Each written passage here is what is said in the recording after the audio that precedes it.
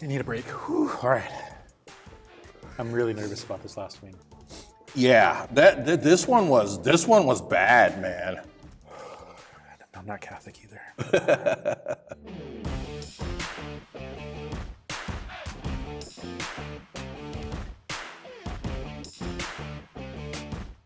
Welcome to Wings with Wayne, the show where sovereignty gets spicy. I'm your host, Wayne Ducheneaux. I get the privilege and honor today to welcome Robert Blake, Cohort 12 rebuilder and citizen of Red Lake Nation. Robert, tell us a little bit more about yourself.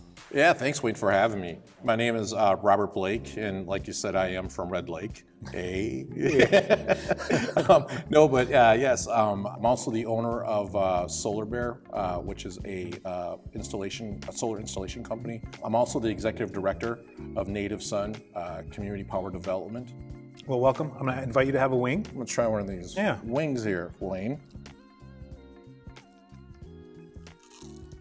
That's a good wing, Wayne. Good crisp to it, right? No, I like it too. Well, my nonprofit just received a $7 million grant from the Department of Energy. Congratulations. To put together a electric vehicle charging network pipeline across Minnesota into North Dakota, South Dakota, and back to Minneapolis. And we Native people, we're going to build an electric vehicle charging network pipeline.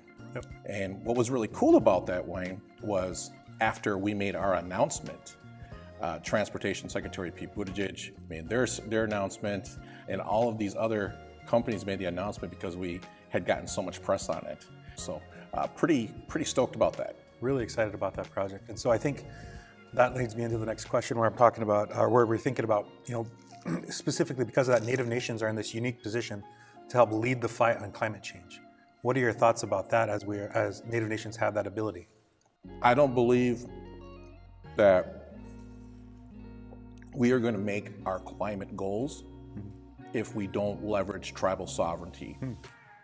Tribal nations, we were always the protectors. Our responsibility was always to protect Turtle Island.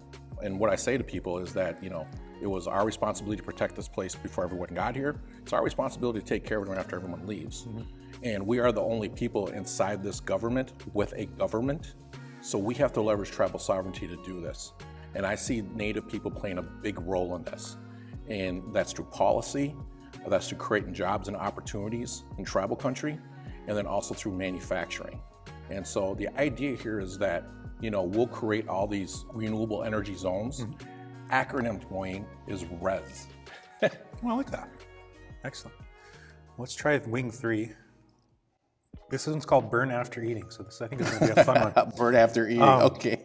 So you talked a little bit about what's going on with Solar Bear, the huge project. I know you've done a bunch of projects. So tell us a little bit more about what excites you about Solar Bear with all those projects. This ain't bad, Wayne. Yeah. I like this one.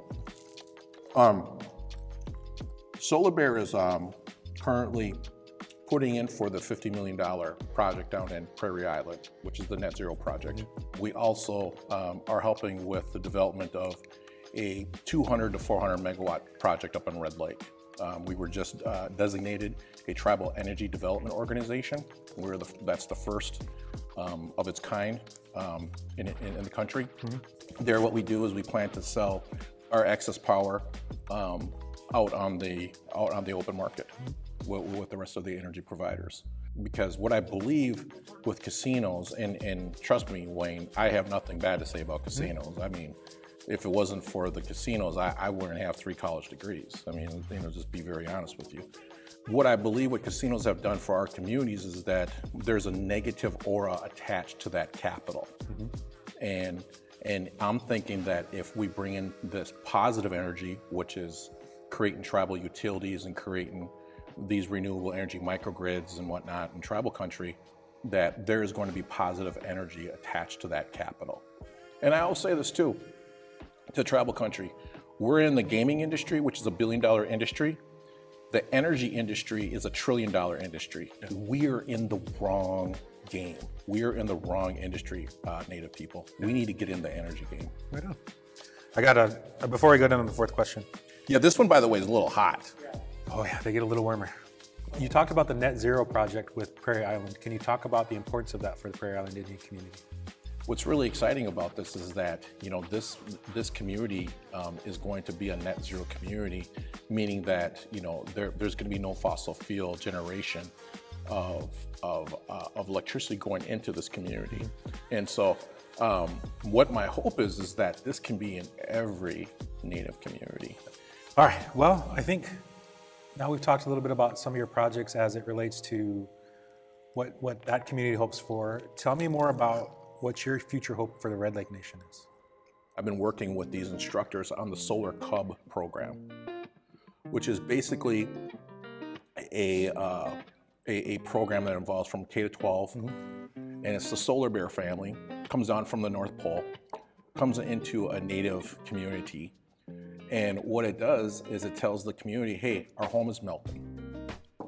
And it's a bunch of polar bears with sunglasses, and the clan animals meet them, and they say, we'll help you, but we need to get the humans to help us too. Yeah.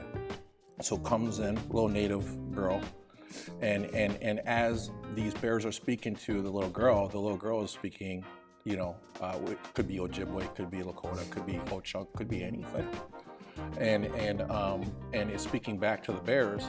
And in that process, what we're doing is we're not only going to teach STEAM, science, technology, engineering, arts, and math, but we're also going to teach them language and culture. Yep. Because what I was told was that our kids, Native kids, graduate at a much higher level if they have language and culture into their curriculum.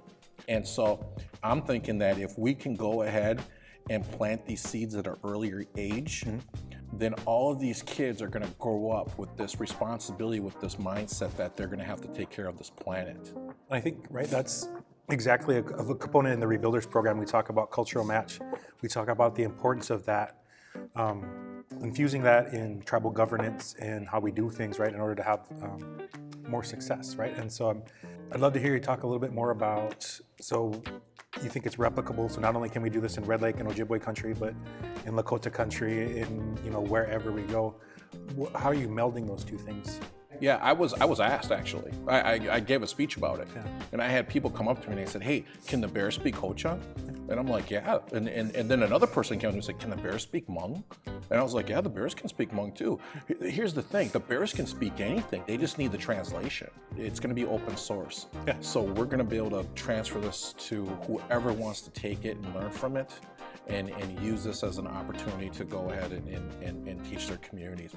You need a break. Whew. All right. I'm really nervous about this last wing. Yeah, this one was bad, man. I'm gonna do it. We're gonna do it, though, right? We're gonna do it. Yeah, we're gonna. Okay. My nose is watering. My nose is going down. I don't know if you notice when you drink the water, it pulls the hot down. The milk will try to soothe. I hate drinking milk too. All right, I'll touch that thing when you touch yours. Yeah, I'm preparing mentally, spiritually, physically. I'm not Catholic either. All right. Well, Robert, it's last wing time. This is going to be the hottest one. So I want the hottest take. One of the things I think is really admirable about this journey around culture and language that you're doing is that not only are you applying it to the programming and things you're trying to develop for the work you're doing, but you're actually doing it yourself. So tell me how learning your language, learning your culture has been in that journey. The problem that I've been having is I try to do too much. Yeah. And, it allows me to not be able to do these other things that I really want to do. But culture and the drum, I feel is calling me. It's something that's still, a passion of mine. Yeah. Something that I want to work on and really follow through on. Right on. Yeah. Right. My tummy's burning. Mine too.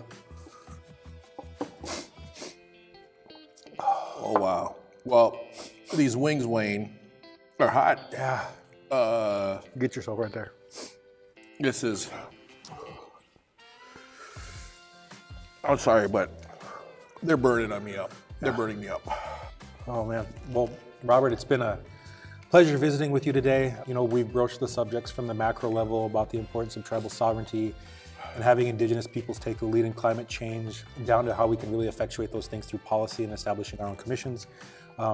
Thank you very much for being our guest here today, and we'd love to have you back on a future episode. Thanks, Wayne. And this last wing was just terrible. I agree. Miigwech, and thanks for having me. Washte, thank you.